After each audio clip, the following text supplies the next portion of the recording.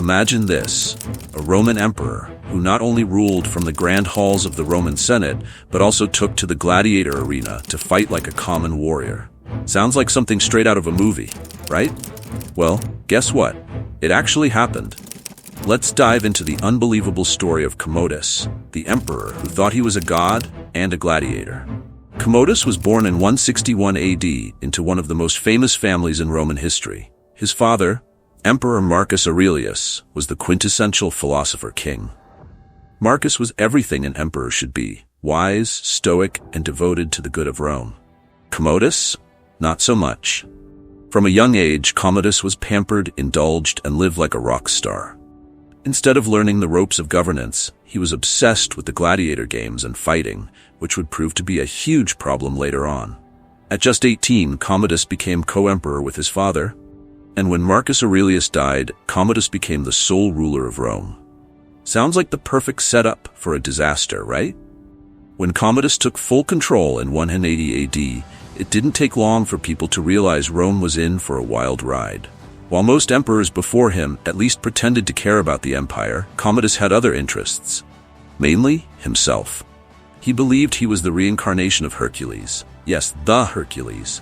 And loved dressing up like the demigod. Complete with a lion skin draped over his shoulders. He even commissioned statues of himself as Hercules. Talk about an ego. But the worst was yet to come.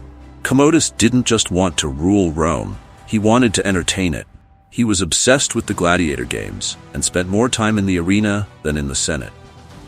Here's where things get really weird.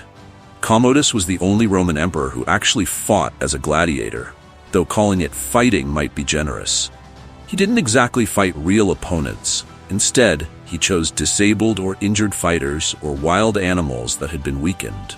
He even charged the Roman treasury a massive fee for each appearance in the arena, acting like he was a professional gladiator who needed to get paid. But for Commodus, this wasn't just fun and games. He genuinely believed that by fighting in the arena, he was showing Rome that he was their protector, a living god who fought for their entertainment and safety. This, of course, did not go over well with the Senate or the general public. But try telling that to the guy who thought he was Hercules. While Commodus was busy pretending to be a gladiator, Rome was falling apart. The Senate hated him, the people were growing restless, and the provinces were rebelling. But Commodus didn't care. He was too busy hosting lavish games, ordering executions, and living in a fantasy world where he was the ultimate hero. He renamed the months of the Roman calendar after himself, including renaming the city of Rome to Colonia Commodiana, Commodus's colony. Modesty was clearly not his strong suit. The empire was teetering on the edge of chaos, but Commodus seemed oblivious, more interested in the next gladiator match than the crumbling state of Rome. By 192 AD, Commodus had made more enemies than even the toughest gladiator could handle. His erratic behavior, endless self-promotion, and detachment from reality were driving everyone crazy. So, a plot was hatched to rid Rome of its unhinged ruler. Enter Marcia, Commodus's mistress, and a group of conspirators, including members of the Praetorian Guard and his chamberlain. They poisoned Commodus's food, but he vomited it up. When the poison didn't do the trick, they sent a wrestler named Narcissus to strangle him in his bath. And just like that, Rome's gladiator emperor met his end. Commodus's death marked the end of the Nerva Antonine dynasty, plunging Rome into a period of chaos and civil war, known as the Year of the Five Emperors. His dream of being a living god and eternal hero? Well, let's just say it didn't go as planned. So, was Commodus a madman who let Rome crumble while he played games, or was he simply misunderstood? Historians still debate this. On the one hand, he was clearly unfit to rule an empire as vast and complex as Rome. On the other, he lived in the shadow of his father, one of the greatest emperors in Roman history, and might have been trying to forge his own path, albeit in the most bizarre way possible. What's undeniable is that Commodus's reign changed Rome forever.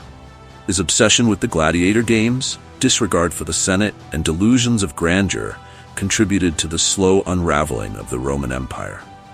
Commodus might not have been the greatest emperor, but his story is one for the ages. A man who truly believed he was a god, a gladiator, and a hero, all rolled into one. He left a legacy of madness, excess, and bizarre spectacle that Rome had never seen before. So, what do you think? Was Commodus just a crazy egomaniac, or was there something more to his reign? Let me know in the comments below, and don't forget to hit that like button and subscribe for more epic tales from history. And if you ever feel like you're having a bad day at work, just remember, you're not the guy who had to face Commodus in the arena.